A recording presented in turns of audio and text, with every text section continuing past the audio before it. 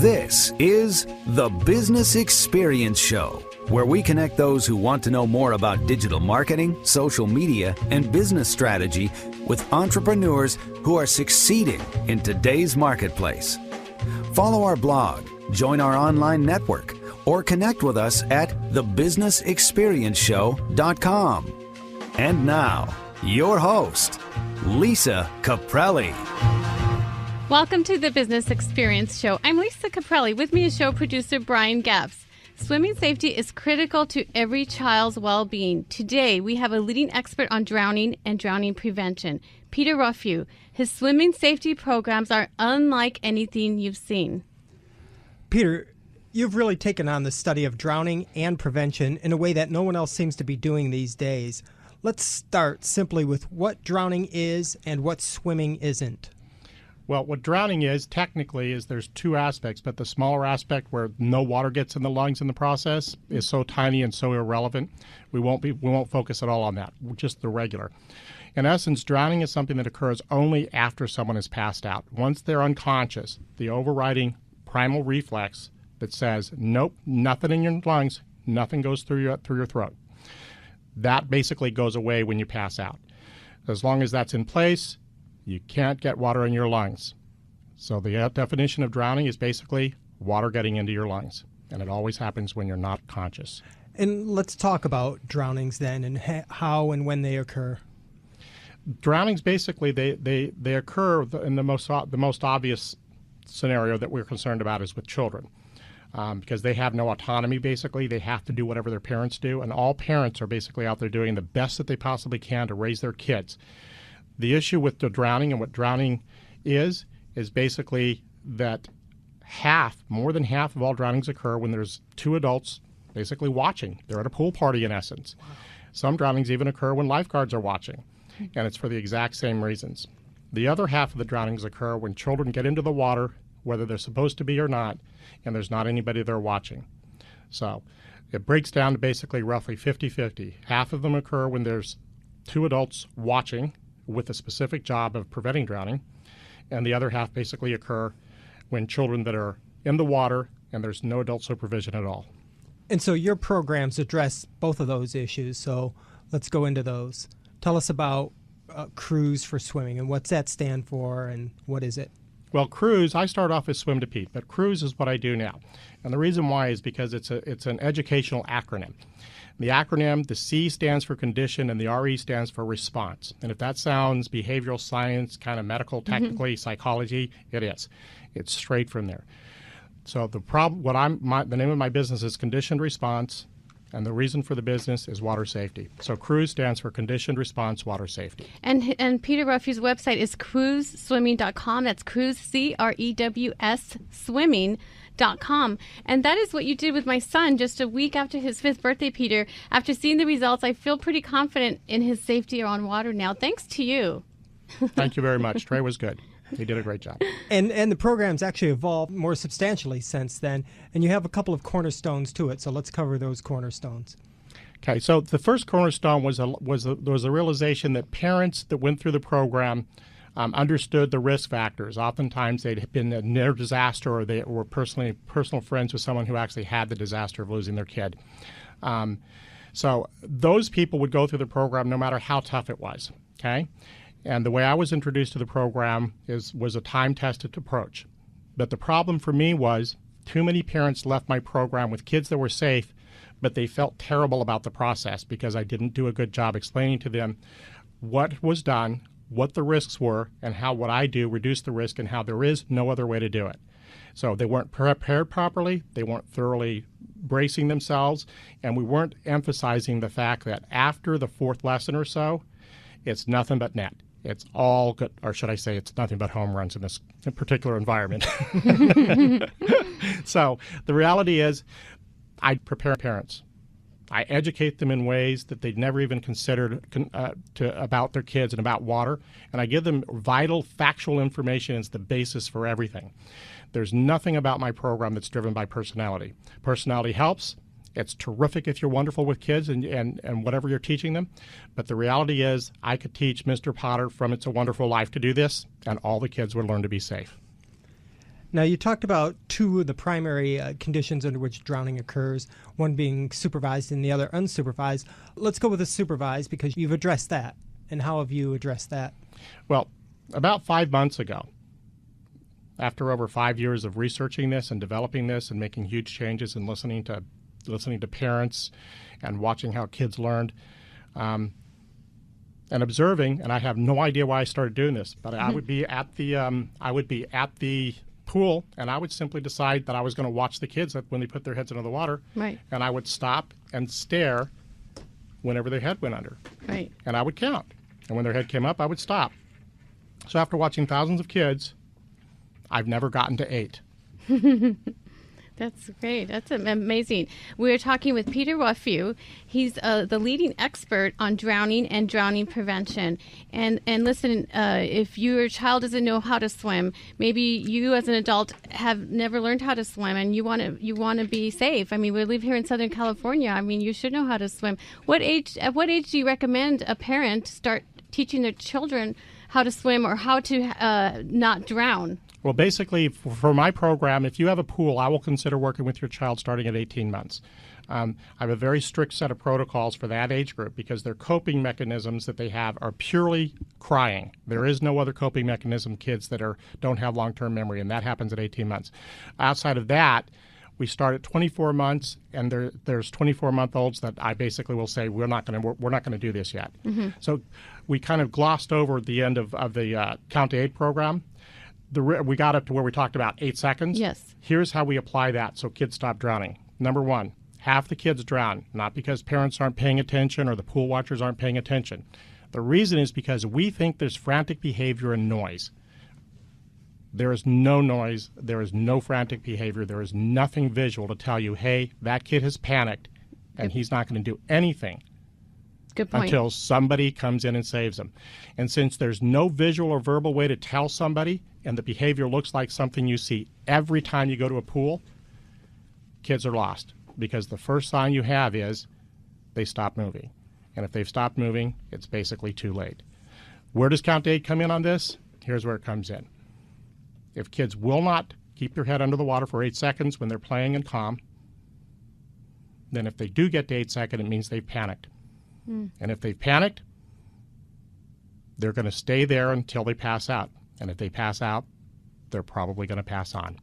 So the rule is simple. Stop assuming swimming makes kids safe. Children's Hospital says, no, it doesn't. American Medical Association says, no, it doesn't. Swimming doesn't reduce the risk of drowning any, literally 0. Second thing is, understand there's no visual signs. So here's the rule. The rule is, if a kid's head's under the water and you're a pool watcher for being a lifeguard, stop and stare at that kid and count. If you get to 8, don't hesitate. Save that kid. They are, in fact, drowning. When everybody follows this protocol, half of all the drownings in America, gone.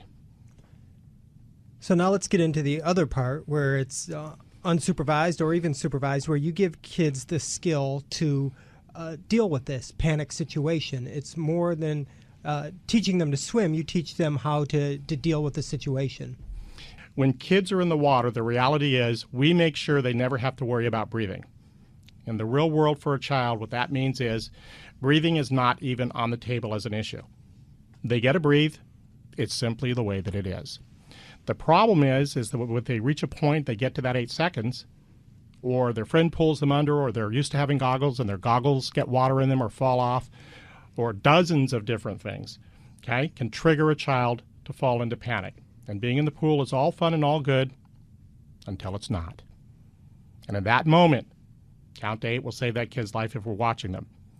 But if nobody's there, the only way to prevent the drowning is to make sure they never panic, which means that it's an integral part of that is their self-confidence and self-esteem in the water. And now let's talk about that program, because your program consists of 8 lessons over a 4-day period, either consecutive days or consecutive weekends. Is that true? And how long is each lesson? That's true. That's the basic setup. There's some flexibility in it, and we try to work with parents to make sure that they're able to use my program as soon as they can every summer and every year. Now, it sounds amazing that in 8 lessons, the progress that you can make. but I know Lisa's seen it in action. With my son Trey, and you can look at videos of actual kids where he's teaching these kids. They're swimming on day one. Yes, they are. Day one swimming. Your child can swim. You can get more information. You're listening to the Business Experience Show. You can go directly to Peter's website, CReWS.com. CReWS is CReWS swimming.com. And so how long is each of your lessons? So basically, each of the lessons is 10 minutes. And this is a tried and true technique as far as the time frame that kids are capable of concentrating effectively. And in this specific circumstance, it's been that way for about 50 years. And there's other programs, other swim programs that offer 10-minute time frames.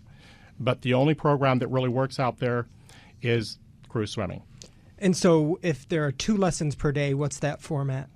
That format is you're going to show up at the pool, and we're going to have 3, basically 2 to 4 students there total. So everyone's going to be there for basically an hour to an hour and a half. And we have the first child come into the water. They do their 10 minutes, and immediately the second child works. And then the third child works if it's 3. And then when the third child is done, that first child gets back in the pool with me for 10 more minutes. And do all of your lessons take place on location? They basically take place almost exclusively in private backyard pools. And what's your current service area? You do Orange County, I'm sure our general area with the station, and LA County. You probably get around beyond that. I'm sure you're highly referral based as well. Yes, I'm a highly referral, but we're working towards using the social media on Facebook and using the social media. I like to hear that. Just straight across the board, using YouTube, social media, integrating it, trying to get up higher on the web search, which is happening. My area basically is everywhere. Okay, there's no place in the world that I don't want to take this program. In reality, for right now, the cornerstone areas, I've worked all the way from Santa Monica, inland to Santa Clarita, and then all the way out to Temecula.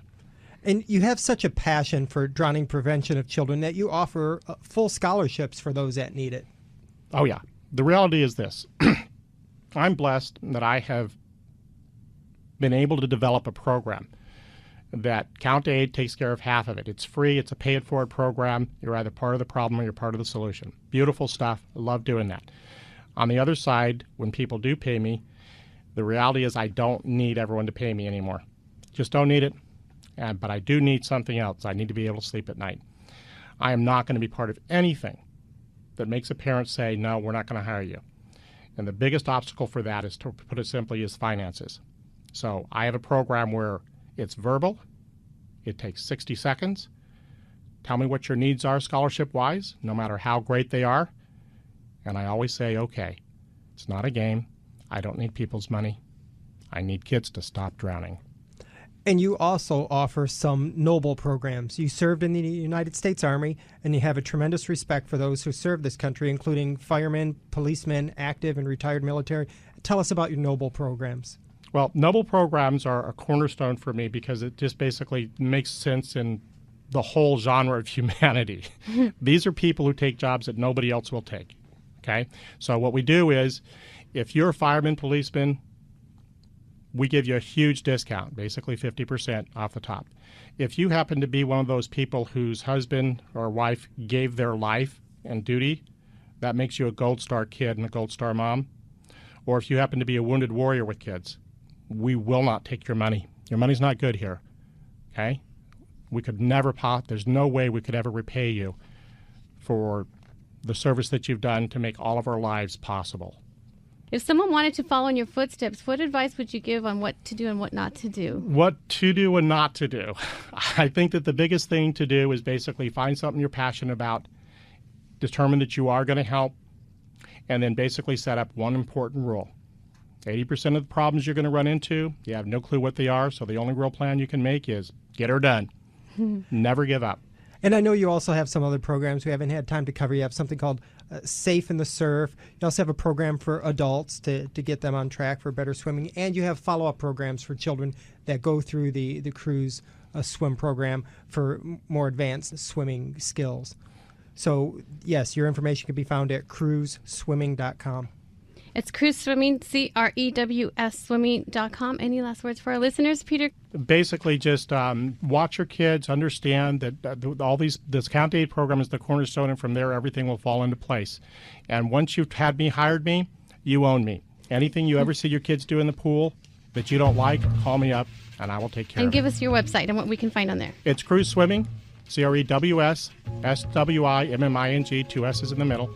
And what you can find there is blogs about important things, a couple of videos, and more videos every day. Thank you so much, Peter Ruffu. It was a pleasure having you. We'd love to have you back. For more information about CReWS Swimming, go to thebusinessexperienceshow.com. I'm Lisa Caprelli. You're listening to The Business Experience Show on Angels Radio AM 830 KLAA.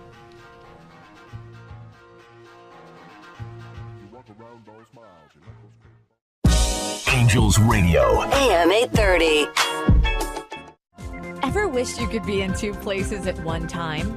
Now you can. At allblownup.com, we make custom cardboard cutouts of you and your loved ones. You'll be the life of the party when you're not even there. Looking for the perfect gift for Father's Day? Surprise your dad and send him a cutout of his favorite child. A head-to-waist life-size cutout, only $35. This gift will blow them away. Allblownup.com. That's allblownup.com. Order today. If you've been wanting more leads, more results through social media, search engine optimization, video SEO, a better web presence, The Business Experience Show and Lisa Caprelli can help you. Contact us today at thebusinessexperienceshow.com. That's thebusinessexperienceshow.com. Need investment strategies for family or business? Talk to Scott Shire at Quintessential Financial or visit betterfinancialfuture.us. Learn some tricks of the wealthy and apply them to your assets. Learn how to better secure your savings with IRAs. Find out about tax shelters and leveraging your insurance policies. Talk about college planning now. Heard regularly on Business Radio, our financial tips can help you find a new BFF. Better Financial Future. Visit betterfinancialfuture.us. That's betterfinancialfuture.us.